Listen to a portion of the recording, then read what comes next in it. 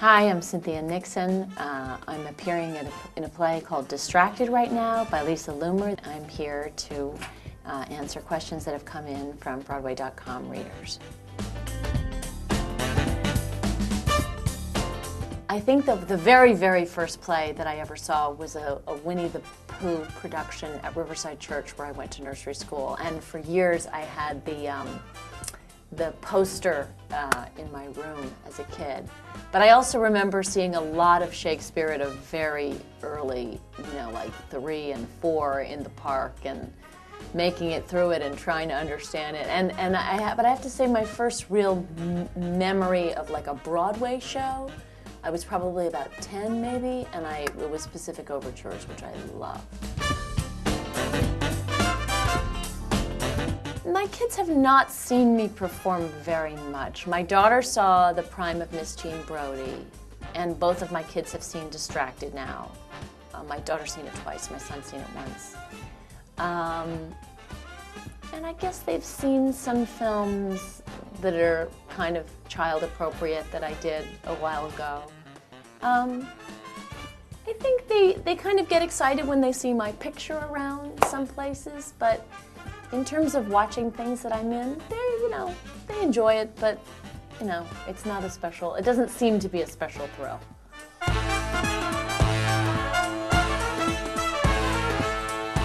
Emily, I loved the very first outfit that I wear when there's no dialogue, it's just the 4 of us walking down the street together, and it's kind of, it's metallic, and I just love the whole outfit. There are so many bronzes and coppers and golds and silvers, and that's my favorite.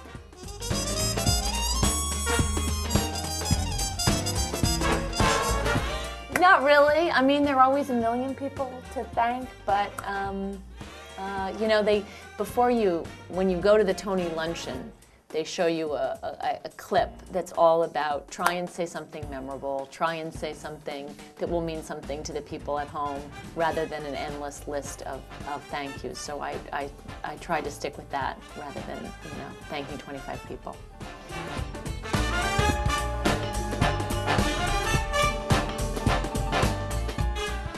That would be really great. An Oscar seems very impossible, but certainly it doesn't seem less impossible than getting a Grammy. So yes, certainly that would be great.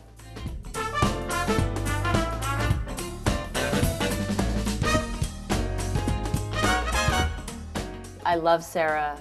We've known each other for a long time. And I think we really, I think we love acting together, and we love getting those meaty scenes. I think that Carrie and Miranda have a very tempestuous relationship, and it's just great dramatic material. Oh, this is probably a very unpopular answer, but I really love the 70s. I really love the 70s.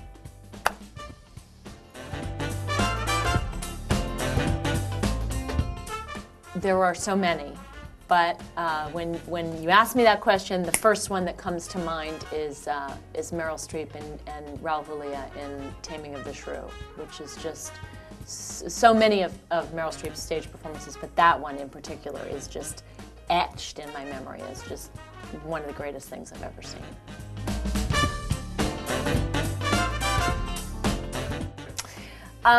When I was a kid, I always really liked Iago. I always thought Iago would be, I don't know that I'm so well suited for Iago particularly, but I really had fun with his speeches. I like to go get acupuncture. Mostly I try not to do anything at all. I like to have a lazy evening at home, dinner at home with the kids. And I do try, because I do tend to run around during the week, even on days when I have performances, so I do try and take Monday and schedule nothing.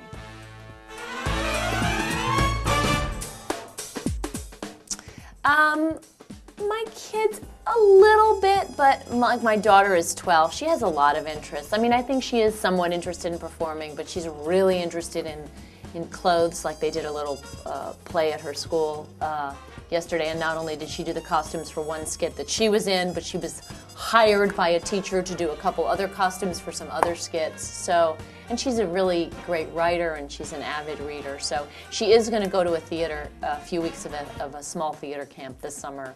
But and my son, hard to know. He's 6, and he does have a natural performer about him. But so far, he just is silly around the house is his main performing gig at the moment.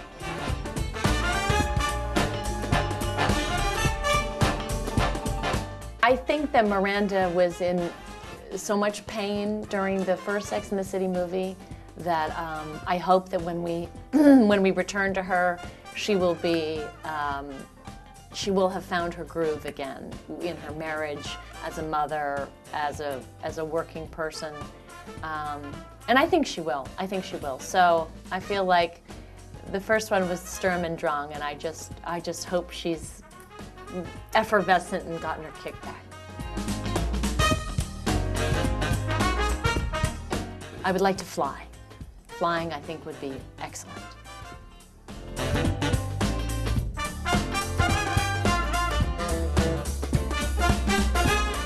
That's very sweet. I do get, I get letters from people asking to sign pictures and stuff, and I do often hear from gay people, saying thank you, and this made my life a little easier, and whatever, and it's really nice.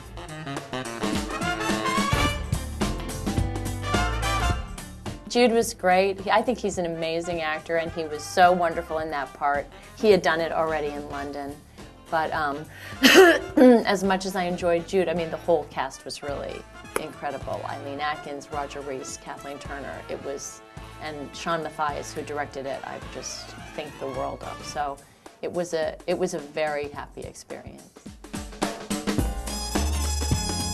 Blue cheese, I really like blue cheese. I can never get enough blue cheese. I love that Lafroig, that smoky Scottish whiskey, and I like to take cabs when I'm just too tired to get on the subway.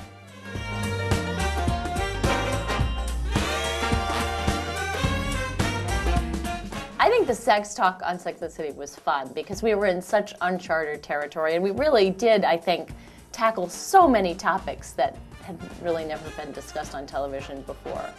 And the fashion thing, it's pluses and minuses. It's nice to look so fabulous all the time. It's nice to have such amazing clothes to wear and such, talented people dressing you. But yes, if you're asking if I feel more at home playing the mother in the corduroys and the sweater, yes, I do feel more at home. Same kind of thing as now, living in New York, making the 7th Sex and the City sequel. That's a joke. Doing theater, hopefully doing interesting parts on television and in movies, and, watching my kids, in college. Thank you for all your interesting, insightful questions. And please, if you get a chance, come see Distracted. It's a really wonderful play and a really wonderful production.